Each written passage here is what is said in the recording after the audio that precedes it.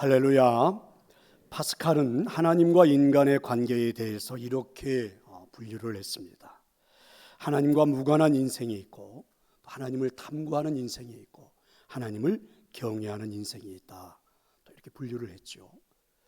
그리고 분류한 이 사람들에 대한 특징을 말하기를 하나님과 무관한 인생은 참 어리석은 자라 이렇게 말하고, 하나님을 탐구하는 인생은 분행한 자라고 말을 합니다. 특별히 하나님을 경외하는 인생을 살아가는 사람들을 행복한 자라 파스칼은 그렇게 분류하기도 했습니다. 오늘 하나님께서 우리에게 주신 이 본문의 말씀은 하나님을 경외하는 한 사람이 나옵니다. 하나님이 정말 좋아서 춤추고 그분 앞에서 아이처럼 껑충껑충 뛰노는 행복한 한 사람을 소개해 주고 있습니다. 그 사람은 바로 다윗 왕입니다. 하나님의 법궤가 예루살렘으로 들어옵니다. 백성들은 법궤가 오는 그 광경을 지켜보면서 너무 기뻐서 여기저기서 찬양의 소리가 들려지기 시작했습니다. 제사장과 레위 사람들은 악기를 동원해서 함께 연주하며 백성들의 찬양에 그 소리에 기쁨을 표현하기 시작했죠. 그렇게 찬양하면서 소리 지르며 노래하며 법궤가 무사히 예루살렘에 들어오고 안치가 되었습니다. 이 광경을 지켜보았던 다윗은 그 순간에 하나님을 향하여 감사의 찬양을 부르기 시작했습니다. 뜨겁게 하나님을 향하여 노래하기 시작했죠. 이 모습 앞에서 백성들은 다윗의 그 감사의 찬양에 아멘 이렇게 화답하기 시작한 것입니다. 이게 이제 오늘 우리가 읽은 본문의 말씀의 배경이죠. 그렇습니다. 하나님을 경외하는 다윗의 행복이 감사함으로 표현이 되어졌고, 그리고 삽시간에 그곳에 모여있는 많은 사람들의 마음을 사로잡게 된 것입니다. 생각해보면 감사라고 하는 것은, 이렇게 한 사람의 감격이 표현되어지는 것은 이상한 감동이 있지요. 한순간에 다윗 왕의 감사의 노래가 모든 백성들의 마음에 하나님의 은총을 떠오르게 합니다. 눈에 보이지 않았던 하나님이 마치 눈에 보이는 것처럼 열광하게도 만들었죠. 그분이 하셨던 모든 일들이 그곳에 모여있는 사람들에게는 마치 선명하게 빛을 비추듯이 보여지기 시작하는 것입니다. 그것뿐만이 아닙니다. 이들은 앞으로 그들이 살아갈 미래에 대한 그분 그 하나님으로 인해서 뭔가 잘 될 거라는 소망도 넘치기 시작했습니다. 이렇게 다윗의 찬양은, 다윗의 노래는 많은 이들과 함께 감동하는 시간이 된 거죠. 저는 이런 다윗을 좀 닮고 싶습니다. 다윗처럼 이렇게 노래하며 살고 싶고, 다윗처럼 이렇게 찬양하며 살고 싶습니다. 다윗처럼 이렇게 하나님을 찬양했던 그 찬양이 누군가에게 많은 영향력을 끼치고 감동을 주는 그런 멋진 인생, 여러분 얼마나 좋을까요? 다윗이 감사하며 찬양할 때 그러면 백성들에게 주는 감동은 구체적으로 무엇입니까? 여호와의 인자하심을 느끼게 하죠. 34절의 말씀입니다. 그분은 선하시며 그 인자하심이 영원하미로다.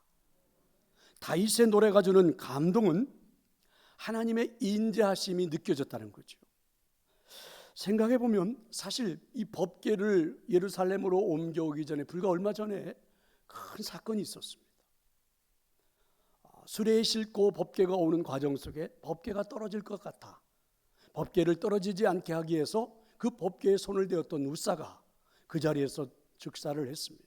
죽었거든요. 엄청난 사건이 벌어진 겁니다. 백성들은 깜짝 놀랐고 하나님의 엄하심 앞에 두려움에 쌓여버렸잖아요. 다윗 왕도 마찬가지입니다. 그런데 지금 불과 얼마 지나지 않은 지금 그 법궤가 다시 예루살렘 성전 예루살렘으로 돌아오는 그 순간에 사람들은 하나님을 인자하신 분이라고 노래하고 있다는 것이죠.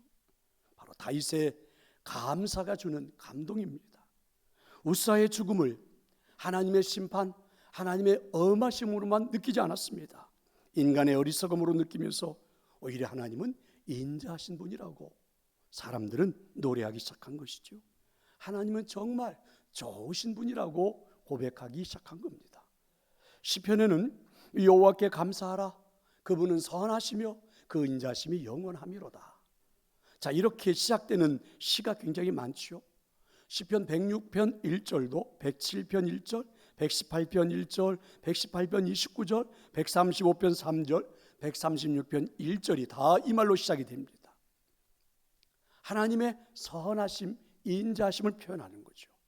그래서 선하심은 하나님의 속성이라는 것입니다. 하나님만이 선하실 수 있다라는 표현이기도 하죠. 어떤 관원이 예수님께 나와서 이렇게 묻습니다. 선한 선생님이요, 이렇게 말입니다. 그랬더니 예수님은 그 사람의 대답에 네가 어찌하여 나를 선하다고 일컫느냐? 하나님 한 분 외에는 선한 이가 없다, 이렇게 대답을 하십니다. 그러니까 우리들이 살아가는 인생에 온전한 선은, 완전한 선은, 선한 분은 유일하신 하나님 한 분이라는 말씀이죠. 사람들은 때로는 선하기도 하고 악하기도 합니다. 나의 편리에 따라서 어떤 때는 선한 사람으로 나타나지만 나의 이익 앞에서는 그저 악한 사람이 되기도 하죠. 그러나 하나님은 절대적인 선입니다. 토마스 머턴은요, 고독 속의 명성에서 모든 것들의 선함은 하나님이 선하시다는 증거라는 거죠. 그리고 하나님의 선하심은 그분의 약속에 대한 그분의 충실성의 보증이다, 이렇게 표현을 했어요. 무슨 말이냐면 우리가 만일 선하다면, 저와 여러분이 만약에 선하다면 나의 선은, 우리의 선은 하나님이 선하시기 때문이라는 것이죠. 하나님만이 완전한 선이고, 그리고 다른 모든 것에서 나타나는 선은 그 하나님의 선에 근거하기 때문이다, 이런 표현입니다. 그래서 인자하심, 선은 하나님의 본체라는 말이죠. 시편 86편 15절에는 인자와 진실이 풍성하신 하나님, 이렇게 노래합니다. 사랑하는 성도 여러분, 여러분에게 하나님은 어떤 분으로 다가오십니까? 엄하신 분으로 느껴지시나요? 가까이 하기에는 조금은 여러분의 마음에 부담스러운 분으로 느껴지십니까? 하나님이 너무 엄격해서 가끔은 조금 무섭고 두려워서, 만약에 나의 일상의 한 주간의 삶에 그분이 동행하신다면 내 삶이 좀 피곤할 것 같다, 혹시 이렇게 느껴지지는 않으십니까? 어쩌면 이 교회에 들어오는 것 자체도 조금은 마음이 무거운 마음을 가지고 들어오시지는 않나요? 그러면 여러분, 왜 우리에게는 하나님이 그렇게 엄격하고 무서운 분으로 여겨지는 것입니까? 혹시 여러분이 하나님을 향한 감사의 노래를 잃어버려서, 감격의 노래를 잃어버려서, 감사의 노래가 사라져버려서 그렇게 되어졌다, 이렇게 생각해 보신 적은 없습니까? 내가 어느 순간부터인가 하나님을 보고 감사하고 감격하는 것을 느끼지 못하는 그 순간부터 오히려 우리 마음속에 두려운 하나님으로, 무서운 하나님으로, 엄격하신 하나님으로 다가오지 않던가요? 내 일상에서 우리가 그렇게 느껴지지 않던가요? 만약에 여러분이 다윗처럼 오늘 이 감사의 노래를 시작해 볼 수만 있다면, 불과 얼마 전 법궤를 옮겨오면서 우사가 죽었던 그 순간조차도 하나님의 엄격하심이라기보다는 오히려 이것은 인간의 어리석음이다, 이렇게 표현하고, 그리고 여러분, 오히려 하나님의 선하심이 가슴을 뭉클하게 한다라고 다윗도 백성들도 노래하지 않습니까?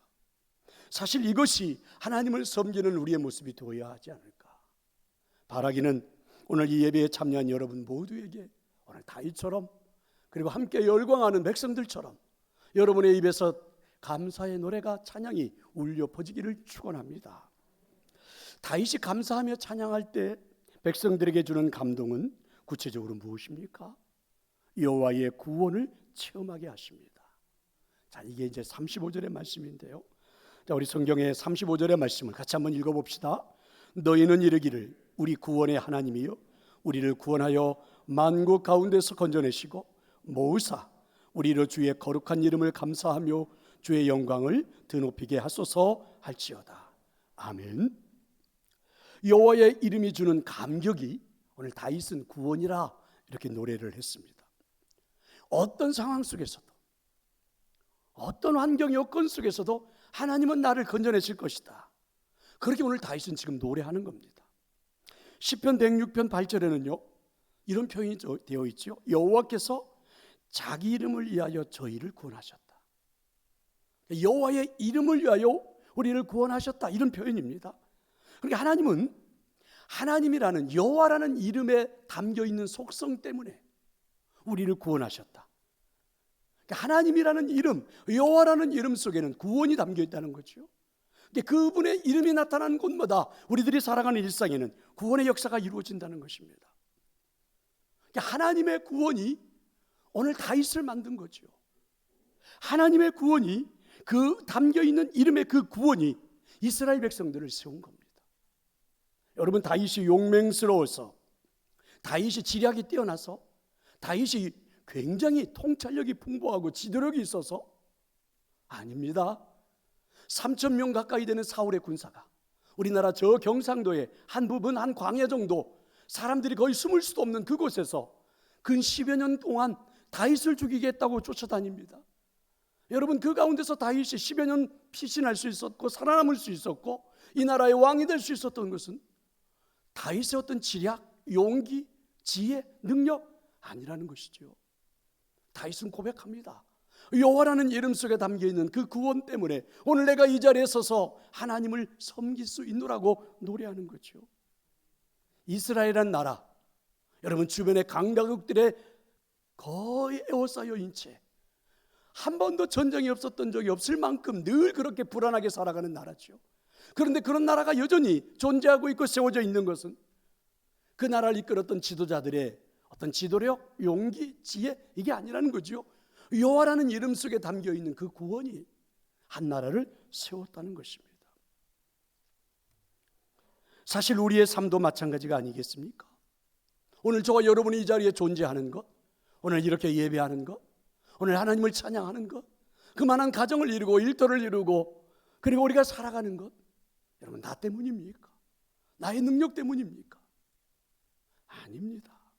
오늘도 지금 살아있는 것, 그리고 이 자리에 존재하는 것, 오늘도 예배하는 것, 이것은 바로 다 여호와라는 이름 속에 담겨있는 구원의 역사가 오늘 우리를 이끄신 것입니다. 믿으시기를 축원합니다.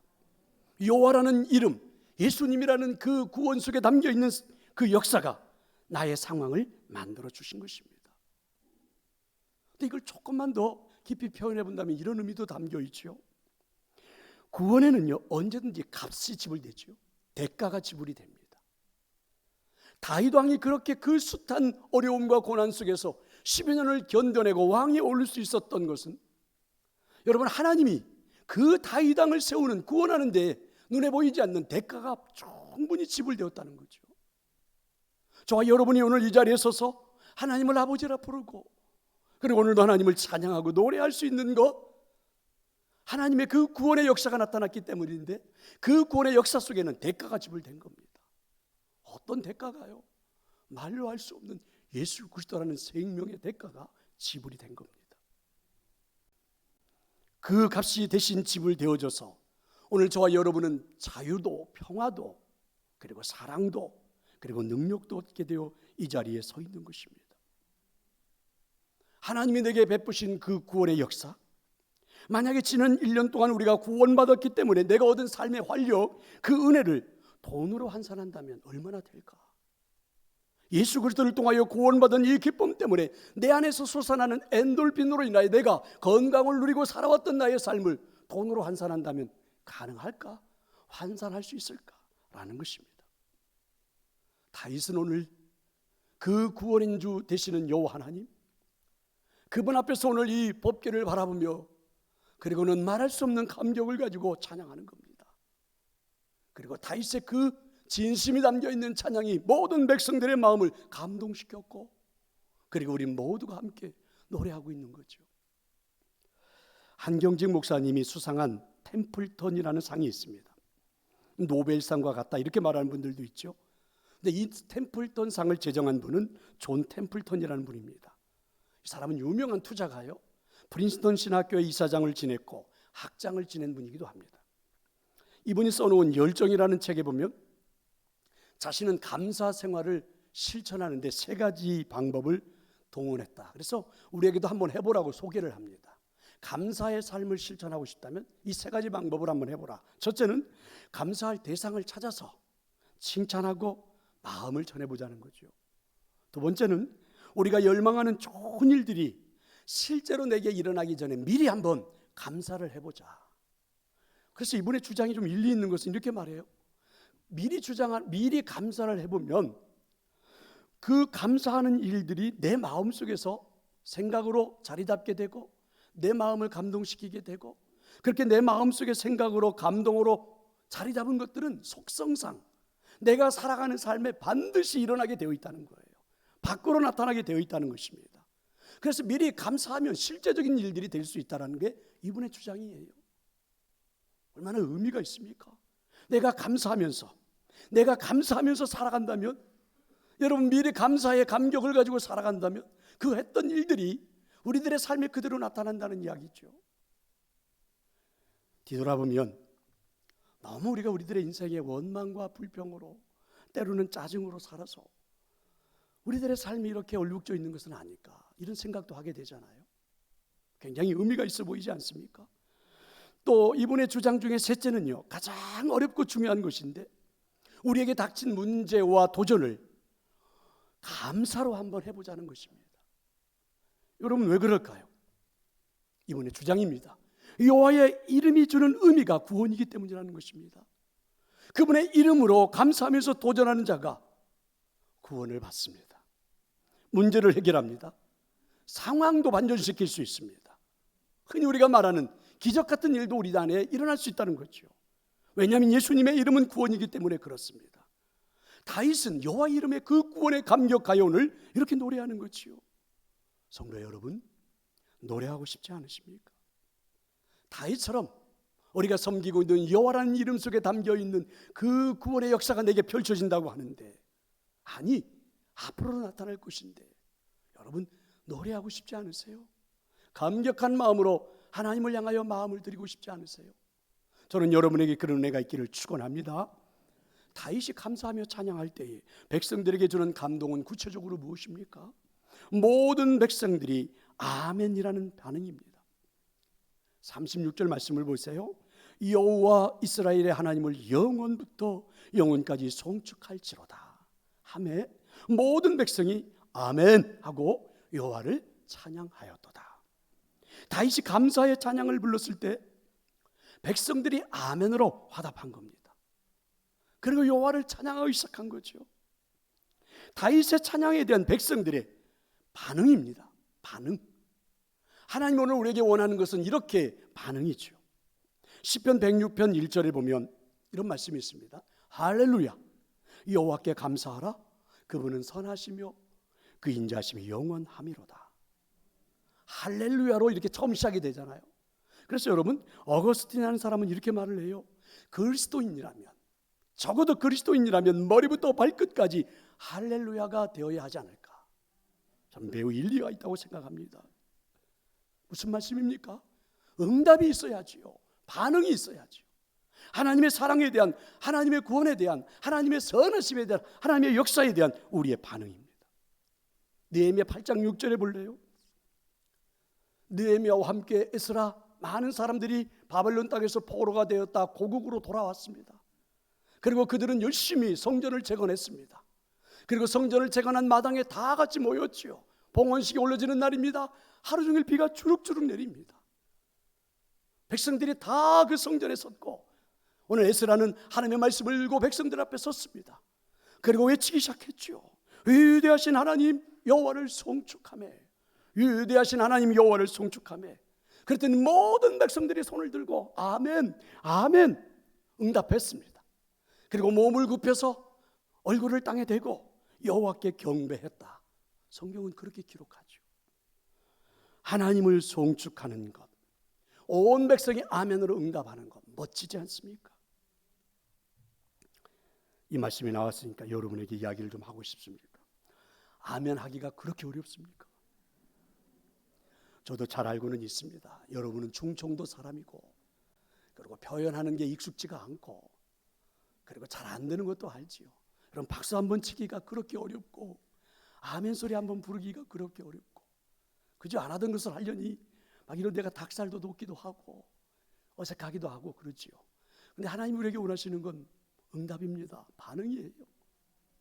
아멘 해보시면 안 되겠습니까? 저는 여러분들이 아멘 하면 설교가 더 잘 될 것 같은데, 한번 우리 같이 그렇게 아멘으로 서로 응답하면서 예배했으면 좋겠습니다. 하나님의 자비와 사랑에 대한 인간의 반응은 무엇으로 나타나야 합니까? 바로 아멘이죠. 화답, 응답입니다. 다윗이 여호와 하나님을 높이며 부르는 찬양은 모든 이들에게 감동을 주었지요.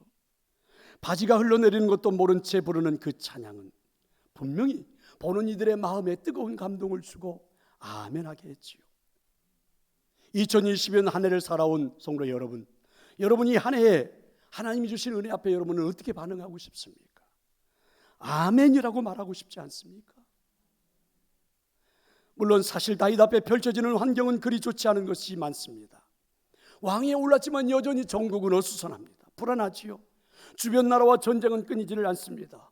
어쩌면 지금 오늘 본문에 나오는 순간이 지나고 나면 또 전쟁터로 나가야만 합니다. 그래도 다윗은 찬양합니다. 하나님의 자비가 가슴을 뭉클하게 하지요. 전쟁터로 나가야 하는 사정이지만 여호와의 이름, 구원의 능력이 이길 수 있다는 확신도 갖게 하지요. 어찌 할렐루야로 찬양하지 않을 수 있겠습니까? 바지가 흘러내리는 것이, 팬티가 보이는 것이 뭐 대수겠습니까? 내가 한 나라의 왕이지만 그게 뭐 어떻습니까? 체면이 뭐 그리 중요합니까? 아이처럼 껑충껑충 뛰노는 것입니다.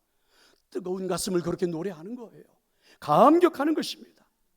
이런 모습을 보고 있는 이스라엘 백성들이 어찌 반응하지 않을 것 같아요? 여기저기서 아멘의 소리가 들려오지요. 울려 퍼집니다. 사실은 백성들도 살아가는 것은 마찬가지입니다. 정국이 어수선하고 사회가 어수선하고 여전히 불안하지요. 그리고 자신들도 전쟁터에 나가야 합니다. 아니, 나의 남편이, 나의 아들이, 나의 형제가 전쟁터로 가야 합니다. 살아 돌아온다는 기억 없이 죽음의 장소로 나가는 것입니다. 그런데도 이들은 여호와 하나님, 선하신 하나님, 좋으신 하나님, 구원의 하나님, 그 하나님을 향하여 다윗이 노래할 때에 아멘, 아멘 응답하는 것이요. 할렐루야를 같이 외치며 찬양하는 것이죠. 오늘 다윗의 감사의 찬양은 이렇게 백성들에게 아멘으로 화답하게 하는 놀라운 기적을 일으킨 것입니다. 성도 여러분, 2022년 한 해를 살아왔지요. 아마도 좋은 이야기를 한 번도 들어보지 못한 채 한 해가 기울어 가는지도 모르겠습니다. 그래도 우리는 나의 인생을 두고, 나의 삶을 두고 하나님 앞에 아멘으로 화답해야 되지 않을까요? 할렐루야를 크게 외쳐야 되지 않을까요? 하나님을 향하여 그래도 여전히 오늘 우리는 노래해야 되지 않을까요? 물론 내 삶의 여유가 아직도 없어서, 아직도 내 삶의 상황이 그러지 못해서 힘들어하고 답답한 순간들도 많겠지만, 그래도 오늘 우리가 불러야 하는 것은 감사의 노래요, 감사의 찬양이 아닙니까? 그리고 하나님의 사랑에 응답해야 되는 것 아닙니까? 아멘하며 사는 여러분이 될 수 있기를 축원합니다. 옛날에 어느 임금이 병에 걸려서 죽게 됐습니다. 죽는다는 것은 누구에게나 다 무서운 일이죠. 이 왕에게도 백약이 모여 있습니다. 병은 점점 악화되죠. 그런데 어느 날 한 유명한 사람이 왕에게 찾아와서 이렇게 말을 하죠. 이 나라에서 가장 행복한 사람의 속옷을 가져다가 입으면 어쩌면 그 병이 나을 수도 있다, 이렇게 말하는 겁니다. 그래서 왕은 신하들에게 명령을 했지요. 전국에 파견해서 행복한 사람의 속옷을 가져오라. 신하들이 전국으로 뿔뿔이 흩어져서 잘 사는 사람, 못 사는 사람, 별의별 사람들을 다 찾아보지만 행복한 사람을 한 사람도 만나지 못했습니다. 빈손으로 돌아왔죠. 임금의 병은 점점 깊어집니다. 근데 그의 아들 왕자가 아버지의 모습을 보면서 너무 가슴이 아파서 직접 찾아 나섰습니다. 근데 왕자가 찾아봤지만 허사였어요. 그런데 어느 날 오두막집 옆을 지나가고 있는데 그 집에서 노래가 들려옵니다. 가까이 가서 들어봤더니 기쁨에 넘치는 찬양의 소리였어요. 가만히 안을 들여다보니 가족 식구들이 모여 예배하면서 기도하면서 드리는 찬양의 소리가 어쩌면 그렇게 행복하게 들리든지, 순간 왕자는 이 집이야말로 가장 행복한 사람들의 집이라고 여겨서 그 집에 들어가 사정 이야기를 했습니다. 그리고 제발 속옷을 좀 벗어달라고 부탁을 했죠. 그랬더니 이 사람들이 속옷을 줄 수 없다고 거절하는 겁니다. 아무리 이야기를 해도, 사정을 해도 통하지 않자 이 왕자가 칼로 그 가족 식구들을 위협하고 겉옷을 벗겨보았습니다. 근데 이게 웬일입니까? 그들은 모두 다 속옷을 입고 있지 않았습니다. 너무 가난해서 속옷을 입지 못했던 것입니다. 성도 여러분, 행복이 속옷에서 나오는 건 아니잖아요. 행복이, 여러분 노래가, 찬양이, 감격이 속옷에서 나옵니까? 돈에서 나옵니까? 권력에서 나오나요? 아니잖아요. 우리에게 무엇이 있어서 감사하는 것 아닙니다. 우리에게 환경과 조건이 맞아서 감사하는 것 아니잖아요. 아이가 시험을 잘 쳐서 감사하는 것 아니잖아요. 남편이 돈을 많이 벌어와서 감사하는 것 아닙니다. 성경은 우리에게 이렇게 말합니다. 감사는 범사에 하는 것이다. 항상 기뻐하고 쉬지 말고 기도하면 우리에게 범사가 감사하게 된다, 이렇게 말씀해 주십니다. 2020년 한 해를 살아온 성도 여러분, 감사는 그 감격의 마음, 감동의 마음을 가지고 오늘 이 성찬에 참여하기를 부탁드립니다. 감격에 찬양하며 이 성찬을 참여하는 여러분 모두에게는 하나님의 선하심이, 인자하심이 체험될 줄로 믿습니다. 감사하는 마음을 가지고 이 성찬에 참여하는 여러분 모두에게 구원주가 되시는 하나님이 여러분을 만나 주실 줄로 저는 믿습니다. 감사의 마음을 가지고 오늘 성찬에 참여하는 여러분 모두에게 성찬상을 받고 우리도 아멘으로 할렐루야로 응답하며 하늘의 기적을 체험해 볼 수 있기를 축원합니다. 아버지 하나님 고맙습니다. 오늘도